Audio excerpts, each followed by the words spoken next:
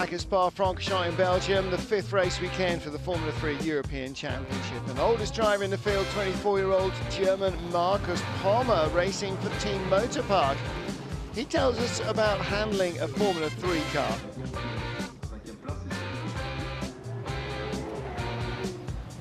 Of course, part of the driver's armament is the steering wheel.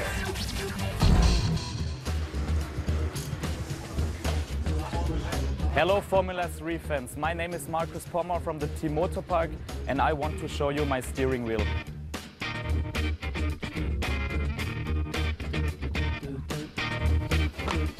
This is the switch on for the ignition.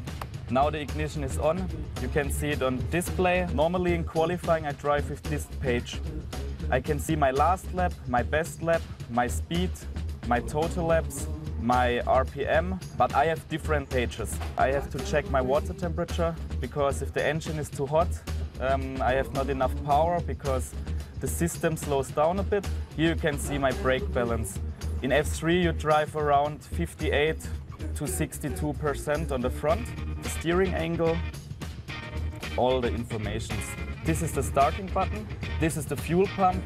In case of if one fuel pump is not working, we can change it. This is for the rain light. If it's raining, we can switch it on. In case of a fire from the engine or if the car is burning, we have to press this button.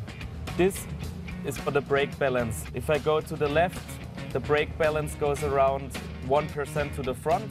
And if I switch it to the right side, it goes around 1% to the back. This is my hand clutch.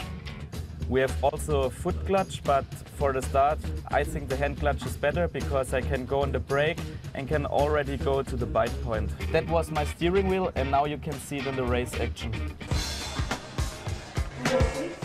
Formula 3 European Championship is an important series for young drivers trying to reach the highest level of the sport in Formula 1. The President Jean Todt likes to visit the future superstars as often as he can. I mean, it's great, you know, we wanted to build a pyramid. Go-kart, Formula 4, Formula 3, soon, hopefully Formula 2, and then Formula 1. So it's great to see young kids. As they are young, you need education, you know, because they are driving very fast cars. And even if a lot has been done to improve safety, motor racing remains dangerous. So it's very important to have a very strong discipline.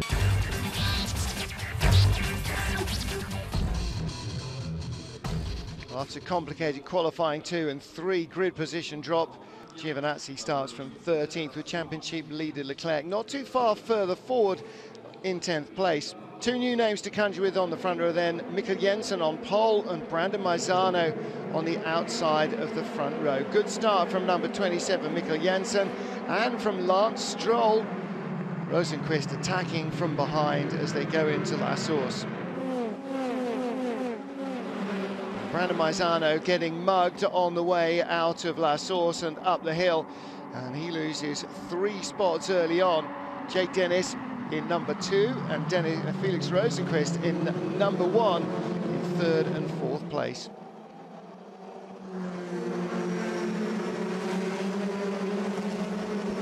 Jake Dennis attacking Rosenqvist after the leader goes out wide. No changes.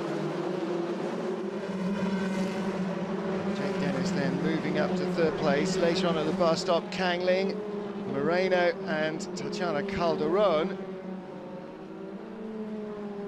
The first of a number of incidents. As Jean Todt said, sometimes they need some strong discipline. There doesn't seem to be enough yet in this year's Formula 3 crowd. Safety car out for the first time on lap 5. And as they restart, Lance Stroll ahead of Mikkel Jensen, Felix Rosenqvist pulling out as they go 3 wide. The almost inevitable predictions. Huge crash for Rosenqvist. Car all but destroyed, and all 3 are out on the spot. Unfortunately, Rosenqvist out of the car, utterly disgusted, but unharmed. And it was just simple 3 into 1 won't go. Trying to close the door. Stroll paid no attention to who else was completely on the my track. fault. I moved to the left. I just have to apologize to Felix and Mikkel Jensen because wasn't their fault. It's just my fault, and yeah. So, safety car back out. And once more, restarting. This time, Jake Dennis in front of Santiago Ferrucci. Brandon Maizano now up to 3rd place. And then an even more horrific-looking accident. Maizano forces Menezes over onto the grass. The car gets airborne over Maizano's wheel. Menezes is trapped in the car upside down. The marshals also need a little information on how to rescue a damaged car and driver. I put my car down the inside of him with the car width spare, and he continued to come down. And there was contact with my front wing and his rear tire as it put me on the grass. And yeah, directly at that speed, the air got under the car, and I backflipped. I saw the ground, and I just tucked my head as far as I could. The impact was really big, and it broke the headrest on top of the car, the roll hoop. So I slid across the track on my head and destroyed the helmet. But very fortunate again with the Schuberth helmet in the car. It protected me. Unbelievably, he walked away from that.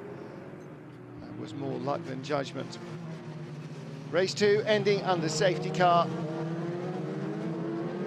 Jake Dennis claiming victory. What was a classic display of some fairly shabby driving.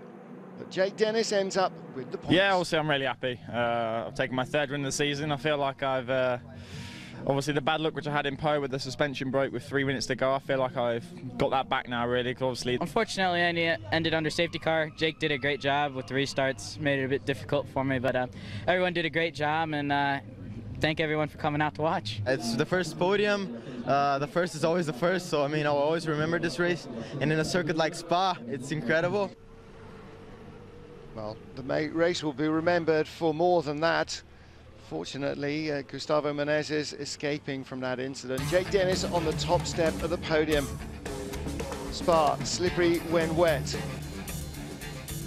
That means only one thing. Stay with us for race 3.